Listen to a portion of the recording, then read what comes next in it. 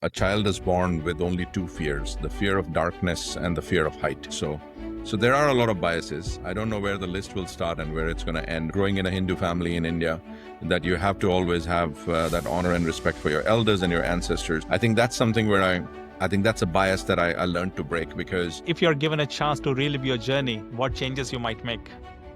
I mean, I'd probably request God to, maybe, I don't know, maybe I would be born in a place which has a lot of entrepreneurial zeal and banking available. What amazes me is the youngsters these days.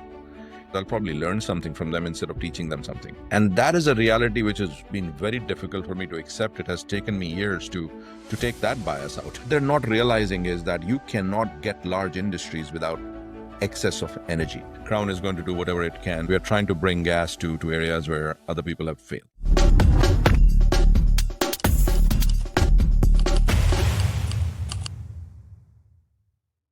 This is the Oil and Gas Breaking Bias show, where we are going to invite industry leaders to talk about their journeys and also technologies of tomorrow, in an effort to break some of the biases that might have formed around this energy industry. Hello everyone, I hope you're happy and healthy. I'm Ananja and you are listening to the Oil and Gas Breaking Bias show. And today I'm very happy because I will be joined by co-founder and CEO of Crown LNG, Swapan Kataria. Swapan has more than 3 decades of leadership and entrepreneurial experience across different continents from Asia to America, and we will talk more about it. And today, let's deep dive into his journey and also get some of the insights about this global energy infrastructure that Crown LNG is shaping around us. So with that, welcome Swapan. Swapan, thank you so much for joining me today. Anand, thank you for having me in your show. I really appreciate it. Let's see if we can break this bias. Definitely. And we'll talk about lots of bias. But before, as I said, I have seen your profile. Like you have worked almost every continent, every country. So we'll talk more about it, that experience. Of course. Yeah, I've lived in every continent except South America. I think sooner or later you might have opportunity to live there as well. We are trying, believe me, we are trying South America now, and I hope I get a chance. Definitely. So Sopan, as I said, like you have a very impressive experience, but this show is about not just about your professional journey, but also about your personal journey, and lots of things to talk about. So I don't want to delay any further. So if you are okay with that, can you please walk us through your professional and personal journey and any of the biases or some of the biases that you might have came across? I think somebody once told me that, a child is born with only two fears, the fear of darkness and the fear of height. And overall, you just, try to fight all the fears that you gather in the world. So there are a lot of biases. I don't know where the list will start and where it's going to end. But from an oil and gas perspective, I think one of the real challenges that we've always faced, we're not a multinational company. When we started, and today, yes, we operate in many parts of the world, but 30 years journey was not just that easy when we began. So there were a lot of challenges and there were a lot of setbacks. There were a lot of people who didn't want to kind of support a startup, call it, at that time. And I think today when I look back, there is one thing that I always promote, even in our companies with our people who are buying products or giving contracts out.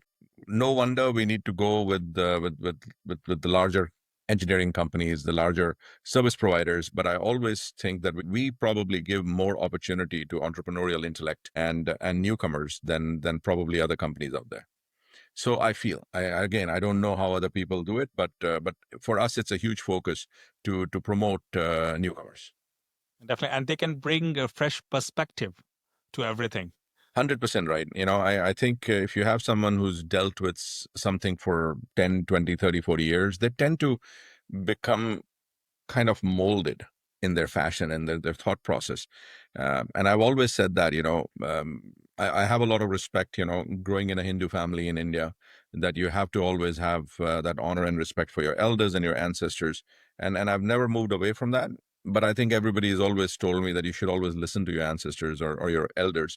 I think that's something where I think that's a bias that I learned to break, because it does not matter if your elder was unsuccessful at doing something, because the circumstances of the situation when they were making that decision, let's say, one of my elders was making a decision in a particular circumstance back in 1970s.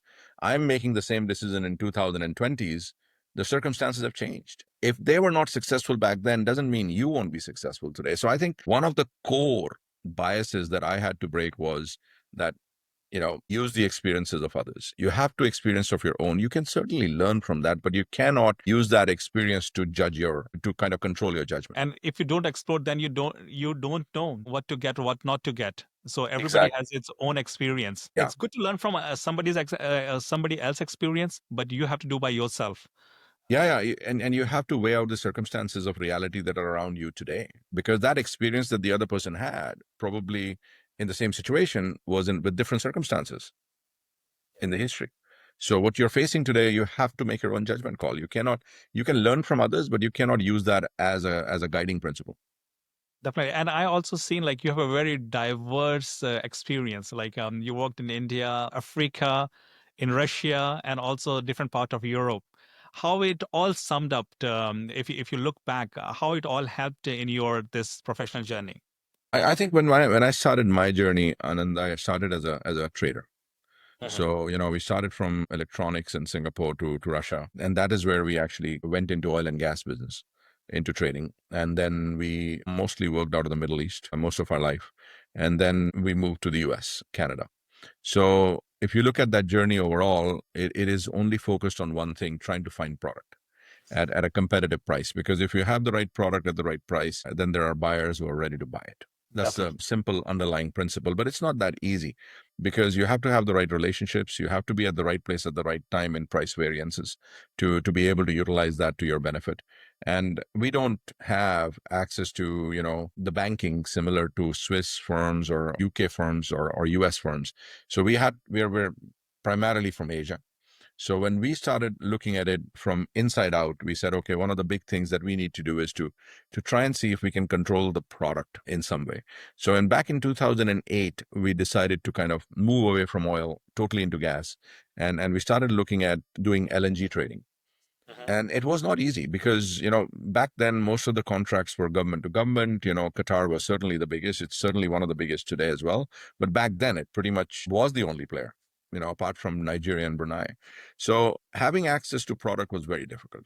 And what we realized back then was, if we wanted to get into the play, there was a missing link. And the missing link was these regas terminals or the liquefaction terminals. Because if you could have the cash layout and the probability of getting into these, then you would have certain value chain, part of the value chain that you can control and be a part of the bigger picture. So I think that's where we started. And at that time, Canada and US was coming up, Mhm. right? Obviously, anybody who's trading product or wants to sell product has to gravitate towards the place where it's available. And we quickly realized in the US that it was very expensive to do. And we realized also that, if you had to build it on water, it was much cheaper through a permitting cycle than building it on land. And as you know, Big challenge is always a big challenge for these mega projects. it was a huge challenge because, you look at FERC, which is the land authority in a way in US, regulatory authority, and then you look at MARAD.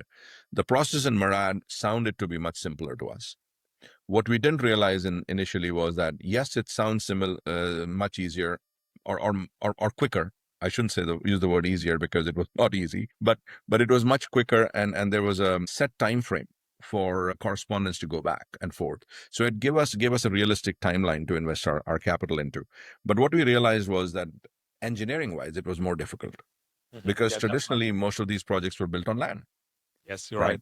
And on the water, you're now facing a hurricane zone. Totally new challenges that you don't think about when you build something onshore. Exactly. And when you're looking at offshore in the Gulf of Mexico, everything was fine. Technology is there. But can it operate in a hurricane atmosphere when the wave heights are, 4, 5, 6 meters? And I think what we realized, it wasn't easy. It wasn't easy to get insurance for that. It wasn't easy to get funding for that. So it's very difficult for you to go back to your customer and say, hey, give me a purchase order for 20 years, but I cannot guarantee you product for more than at least 6 or 7 months or 8 months in a year. Anybody who's talking to you say, are you kidding me? I can't switch off my power plant or my fertilizer plant or my petrochemical plant waiting for the product to come 3 months later because It's of all a about hurricane. consistent supply. Exactly. And we realized that the floating barge may not be able to do it for us. And then we gravitated towards doing a jack-up rig process. And the jack-up rig process can operate 365 days, but it doesn't have tanks.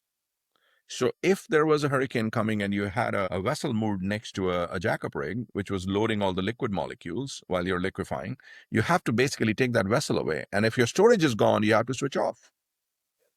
So that is when we actually went to a gravity-based structure, which has the molecule storage inside the belly. I don't know if you had a chance to see what. I saw your model actually during Okay. gas tech. Yes. Yeah. So if you've seen it, and you know, on the coming Gas Tech, we are presenting an actual model. So a 3D model, which you'll see at our booth. And then if you're there, you'll probably be able to kind of ask questions because there are small little parts that we'll be able to explain you much better.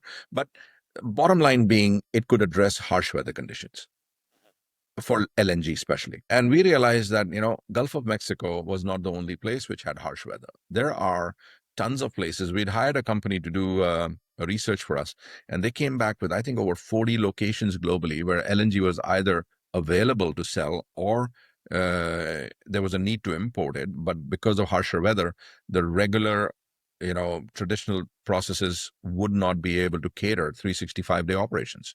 So I think that happened in 2016, 2017. And I think that's where really the fundamental relevance of Crown came about, because it is scalable. It can operate in a place where other people are not giving or offering solutions. So all of a sudden it becomes a reality.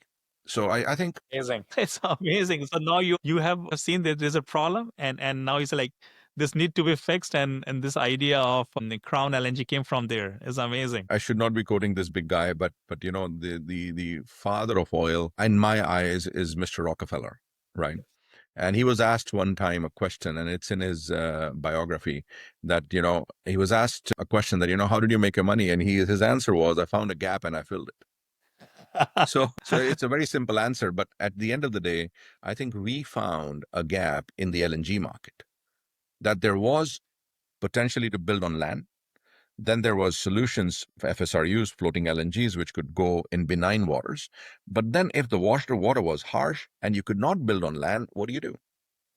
And that's where Crown put Came in into picture, the yeah. effort. Yeah. And now Crown is probably one of like a handful of companies which can even offer this solution globally. And we are doing it because we've gone ahead and got a full approval from the Indian government for 7.2 million tons. And if you look at the total licenses available in India today, that would almost come to almost 11% of India's total import capacity. So if India is going to be able to operate on a gravity-based structure in a typhoon zone on the east coast of India, then Vietnam is the next, and Scotland is another one. You look at places which have higher wave conditions, at least 2, 3, 4 months in a year, and those are the target markets for us, which other people don't want to touch. That's amazing. So you're not just solving a problem, but also trying to find new avenues for this global market. Yes, and imagine it's not just about bringing gas. You know, gas helps people cook their food. Gas helps bring industry because it is energy, right? If you don't have the energy to run power plants, and without that electricity, you cannot commit or make bigger industries, and without bigger industries, you cannot create jobs. And So that's it's a cycle that, you know, it creates a ripple effect. definitely. And this reminds me, I was reading like one of the article long time ago is about natural gas. Like when natural gas or LNG, people see as energy transition fuel, but I see this is the fuel actually which is going to stay here for longer. There is one example comes up in my mind in Vietnam. They have made a commitment to go towards gas, but they could not get at the right price. So what they did, they needed energy, so they went back to the coal. So if a solution like you who can provide energy at the right price and or the place where it is needed, I think that's a big help towards energy transition. So I think that's a very, very good point that you make, because a lot of people have this notion that, you know, building something with a concrete structure like we do, the gravity-based structure, is more expensive. I think if we calculate it, and it actually is cheaper than an FSRU per MMBTU basis because it has a longer lifespan. Definitely. So you amortize differently, and you financially engineer it differently, and it makes much better financial sense. In fact, we could technically be charging more in a way to basically, you know, places which cannot have another access. But our process and our thinking has never been to be very greedy. Greed is important, but only to a certain extent. How much can you eat? But more importantly, if we can provide more solutions and make LNG market bigger, And because not only from and who is going to gain from it? To be honest, I see America gaining from it more than anybody else because US has more molecules than anybody else And in the also, like, market. as a humankind, we are all going to gain. As I mentioned, Yes, like, if it's available to the places where it was not available at the right price at the right time, I think we are all going to suffer. you're But 100% right. then this gas thing is going there for a long time. Then what people are talking about it, and they always say, like, it's going to die in next decade, and and then next decade, then next decade, and that decade is never coming. I think Mr. Trump has said things right to an extent because you cannot have. I mean, if the wind keeps blowing Yes, 24 hours, then maybe you can rely on it. But it's Mother Nature. yes, It is definitely. not going to operate on demand. We have to play around Mother Nature's realities instead of Mother Nature abiding and bowing down to what we want it to do. I Definitely. think it's simple fact which humans need to realize. So, a very interesting journey, very interesting solution that you're offering to the market. But how you see this market is going towards, like, what challenges and they should overcome? I think you mentioned one big challenge was you have to divide the word on population for a minute, right? So if you look at the population mix, the maximum population is in Asia, coming up in Africa, and maybe Asia can be divided into South Asia and Southeast Asia. And if you start calculating the market, just take China out for a minute, because I think China is very well organized. It's very well capitalized. They look at their goal, they pursue it, and they get it done. I think somebody listening to me might not like the fact that I've praised China so much, but the fact is they have delivered. So to me, I They have think the way capability. I look at it is the growth is based on the population mix. Now, if you look at Asia, one of the biggest discrepancies that I see is we are trying to impose European and American labor costs and expect Asia to pay for it. And there has to be some sort of a calculation on price parity because uh, you cannot afford to pay, $50,000-$60,000 a year to an employee and expect India to pay the same price because they're for the same employee, similar amount. I think I'd seen a study at one place.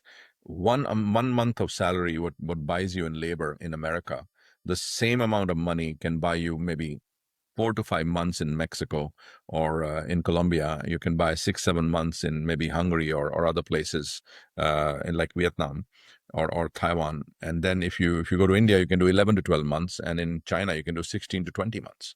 So if you put that into perspective for a minute, you're expecting somebody who's making 1/16 or 1/10 the salary, expect him to pay the same price that an American consumer is paying, and add shipping, add It's all the not things possible. required. It becomes a little bit unaffordable. So we have to, so there has to be a limit for that price. And I think there has to be a limit to corporate greed. So I think that is something which I left behind when I left India and I came to North America, because I realized how important greed is, because that's what keeps you going. But there has to be a limit to it. So But I that's like, think if you ask me, there's one challenge that we face in is the pricing.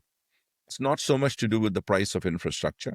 I think it's a lot more to do with the price of product. And I think somewhere the governments have to come to realize that, okay, they have to work with each other. yes. And I think that, sorry, like, yeah, go ahead. You were saying No, something. and I don't see much happening. Like if US wants to sell its product, they need to understand what an Indian consumer can afford, a Vietnamese consumer can afford, not what they want to pay themselves just in their bonuses and, what do you call, salary. Yeah, it's not possible. And that also is going back to our examples of Vietnam, when the country was had ambition to go in that journey, where they had ambition to use more and more gas, because Vietnam is one of the developing country in these days, but they could not do it because the prices changed dramatically, and math was not working, as you have well explained. So they cannot pay you the same money what European can pay.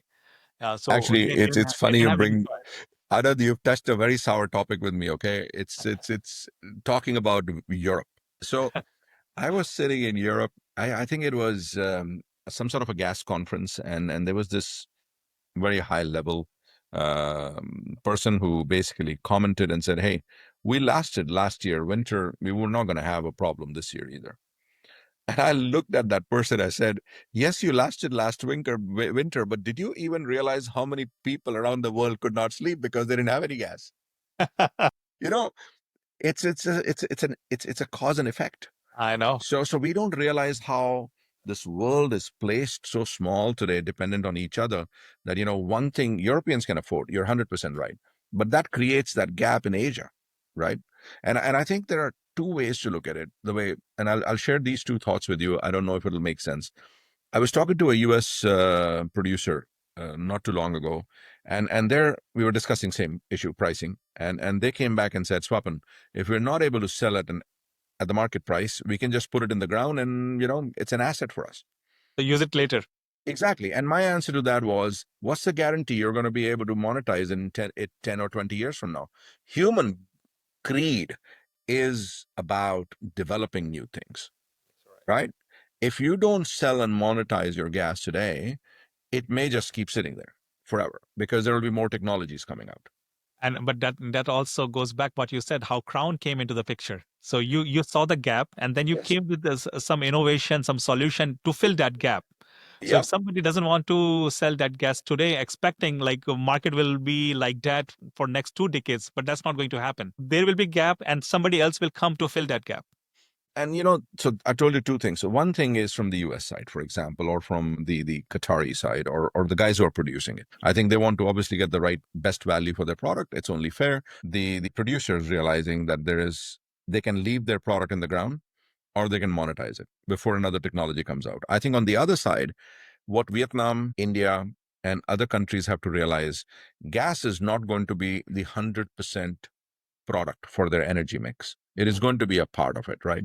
They need to average it out. So if you go to India, for example, I hear this all the time that, hey, you can get solar for like, 3 pennies to a dollar.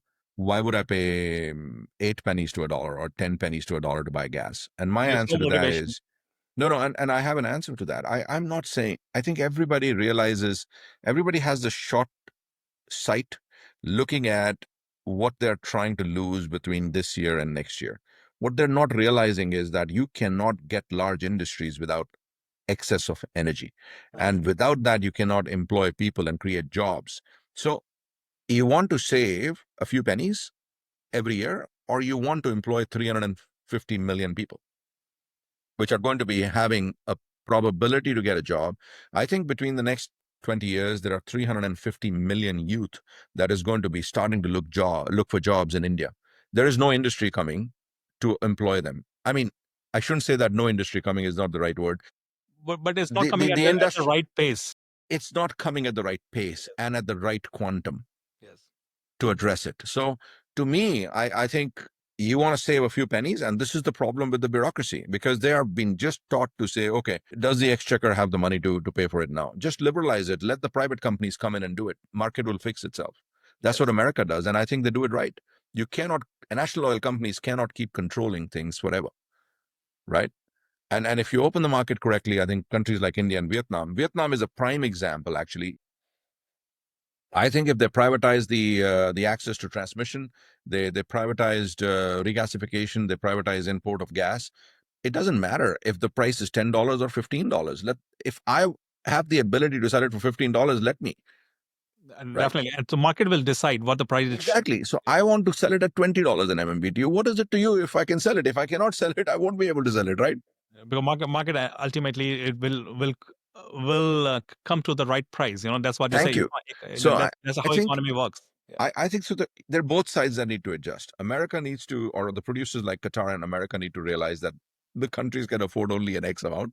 You can't squeeze more. It's everything. Everybody is not Europe, Yes. and those countries have to realize that, are they really going to be sticklers for every penny? Because what they're losing out is the power of the youth. That has more energy. That has more bigger future than a few pennies on gas. And nobody to think like that. That's the problem. Like we think about the short term, and nobody thinks about 5, 10 years or 20 years or maybe longer.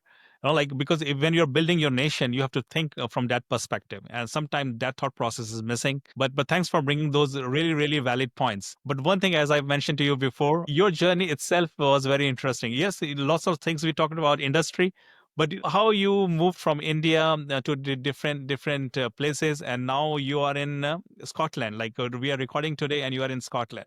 That's correct. So what helped you to grow you as a person?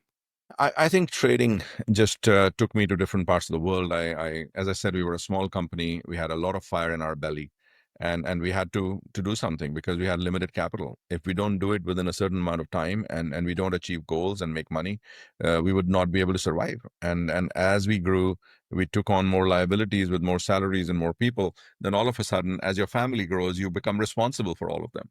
So today, I think we operate in I don't know 29 countries.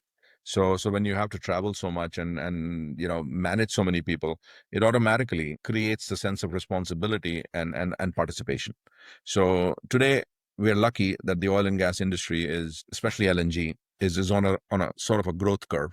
It's not in the doldrums like many other industries out there.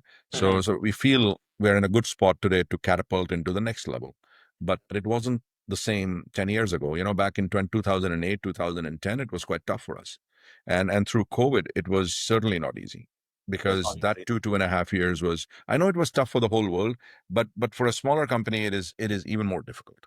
So Uh, I think now the biggest bias that we need to break is that we're not small anymore. on the other side, if you're small and nimble, like, and then you can move fast, you can innovate. That's I always see. Then that's the big. Some of the big companies, they miss that part. They become so No, big and so bureaucratic. Like for every decision, you have to go through many people. But companies like you, like, can bring those ideas and can move fast and also execute fast. and I think I see that now as we've grown, that one of the biggest strengths we've had is our ability to make quick decisions with a small group of people. But now, as you know, Crown is publicly traded. It is on Now more NASDAQ. and more people are added. There is a lot of compliance that we need to work around, and we learn that with time. But yeah, I think our teams are missing that ability to make those quick decisions now, and we're trying to put systems in place where this can not grow into more difficult situations for us where we lose opportunities, Yeah, because you makes sense. cannot keep filling Excel sheets and backup thing while the opportunity is gone. I know, like, Somebody and else that's got it. that's exactly what happens with the big companies. They die for their own burden because the systems are there to help you to run your business. When systems becomes everything, then innovation goes away and takes some. And there are many examples, and the company has done this thing in the past. But I think Crown in the right track with your leadership. So I don't think that will happen, and that should happen. But it's moving in the right direction. That I can say. We certainly hope so. God has been kind to bring us to this point today, and we certainly have a very good team. And if everybody has the ability to make decisions and move forward faster, I think it'll only improve, not only for us, for our shareholders. That makes sense. Makes sense. So you already had very interesting journey, but if you're given a chance to relive your journey, what changes you might make? I mean, I'd probably request God to, maybe, uh, I don't know, maybe I would be born in a place which has a lot of entrepreneurial zeal and banking available. So instead of doing it in 30 years, maybe we'll be able to do it in 10 or 15 years. But yeah, I mean, I think the journey has been nice. We've been blessed with the right amount of people and the right kind of people around us. And I think if that continues, I think we can do a lot more in a very little time going forward, especially with now the ability to be on public markets. That makes sense. So you talk about like like you want to be born the place which is more business friendly. Do you come from a business background? Like is your No, father? no, not at all. Not at all. I think more service class and political background. With the Okay. family. It has nothing to do with business. And then you just lived and learned because nobody was there to guide us when we were growing up. So, but now we've kind of. I don't say that we've learned everything. I think every day in the morning when I get up, I say, okay, I have to learn something new. But I will tell you one thing. What amazes me is the youngsters these days. I could have a conversation with a young person, and I think 7 out of 10 times I'll probably learn something from them instead of teaching them something. And that is a reality which has been very difficult for me to accept. It has taken me years to take that bias out. That much I can assure you. But they're sharp. They have knowledge. They read things. They Yeah. have the ability to absorb and keep so much in their mind. I don't think I can handle it. But the best part is to be their friends. If they're sitting on the opposite side, you have a problem. But that's the thing. They also bring new perspective because sometimes you know too much, and then you cannot think outside. But you have somebody like a kid. They ask you so many questions, and sometimes you're like, I never thought like that. No, no, I think one of the biggest things that I have learned over the last few years is that, learn from them. Yes. They are the future, not for any other reason. They have the knowledge. And if we were to be able to give them the ability to make decisions and take risks, I think they can do wonders. I think that brings us to our rapid fire round, because I know it's Sure. very hard to cover everything in this 30, 40 minutes. So I will try to get more and more information from you Sure. using our rapid fire round. Okay. So are you ready, Sopin? I'll try. Let's see. What's the most unexpected place you work has taken you? I think one of the most unexpected places that I went to was Argentina. Okay. Yeah, I always wanted to go there, but not for business. But I wanted to go there for as a tourism. But when I went there for business, I realized what I'd been missing. In fact, that's one of the countries I'd like to live in if So I we ever had talked the about, chance. yeah. So we talked about your South American dream. Yes. So I went there for work for the first time, and since then I just crave to go back every time. Every opportunity I can get to go back to Argentina, I will. Oh, that's amazing. If you had to explain LNG to a 5-year-old, how would you do it? We have a famous joke in our office, and me and my partner always play around with it because there are a lot of people who come in and tell us, "Oh, we know how to do LNG," and we just ask them a simple question: "What is the color of LNG?" We are still figuring out. Yes. So yeah, I think we have fun with that one. Yeah. That's good. What's the best business advice you have ever received?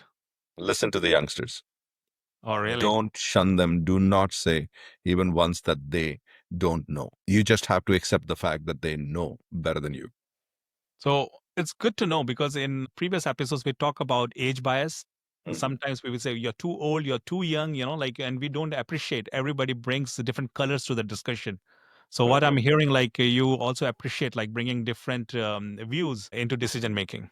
Yeah. We have seen that there is a huge benefit of listening and putting the young people in leadership roles.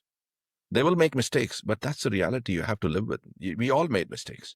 Makes sense. You cannot be perfect, but they will create solutions in much faster time than you and me would, probably. Makes sense.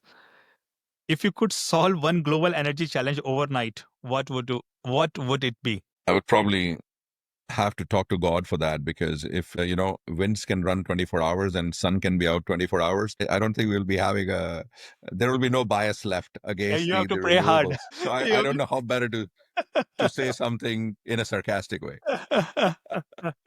Okay, last not the least, what's your go-to strategy for making tough business decisions? Oh man, I think tough business decisions, one of the go-to strategies that I have in tough business decisions, don't take too long. The longer there are a lot of people who sit on it. I think that's one big difference that I have run my businesses with, or my leadership style has been different. If there's anything most difficult, I probably try to make a decision immediately, not delay it even overnight, Makes sense. because it's easy to digest a difficult call where it's taken quick. Yes, yes. And sometimes you never know, because you think too much. You go to analysis paralysis, like Yes. you're keep judging yourself, and you don't make any decision. And then we're all guilty of it. That's why Yes. I'm saying I try to practice it to make decisions quickly. Not everybody has the ability because they want to see decisions, the Different variations scenarios. and everything. Yes, you're right. But sometimes your first gut feel is correct. So I usually, if it's a difficult situation, I try to make decision as quickly as I can. And I can tell you, if you're coming from service background, then you go more into this scenario planning. Yeah, exactly.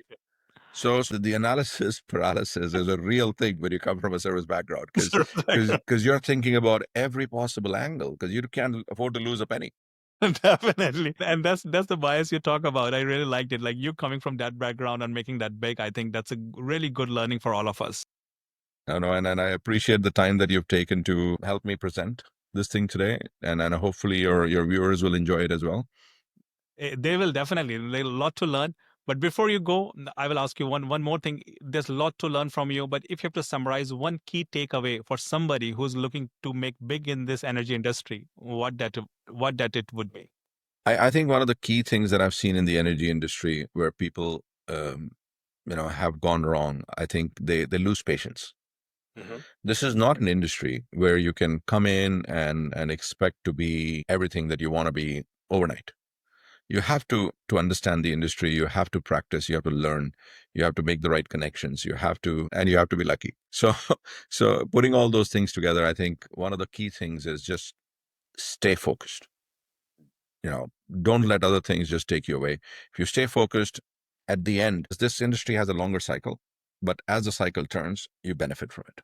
And But if definitely, you're gone before that cycle turns because you ran out of patience, then you don't get that opportunity. you made a really good point. Like in 2020, when oil price went into negative, like who thought it will come back? But as you And said, to like this if level where somebody it had is today. definitely, if somebody had patience, then they could have made it big. So really good 100%. point. I will just add to it. Like this oil and gas industry is not going anywhere. It has survived many cycles, and it will continue to survive and to make it big. Yes, it would. God bless everybody for that, because we need energy. Thank you so much for your time, Swapan. And I will say Crown will make it big. As we met before in Gas Tech, I'm looking for another Gas Tech, which is coming soon in a couple of months. And I'm looking forward to see what Crown has done since then. But with that, I will say like you're helping a lot, bringing new idea, new innovation. As we said before, the world is energy hungry, and we need to provide the energy at the right price at the right time, and the location is also very important to cut off all the transportation cost. So before we go, anything to add here, Sopan? No, I think I want to thank you and your team on behalf of Crown for having us. And Crown is going to do whatever it can. It's whatever small little portion it can play to improvise and to better our industry. We will take those steps. That's all I can say. And we are trying to bring gas to areas where other people have failed. And that's a big thing. So with that, thank you so much for joining us today. Keep listening, Oil and Gas Breaking by show. See you next week. Have a great day. Thank you. Thanks. Bye bye.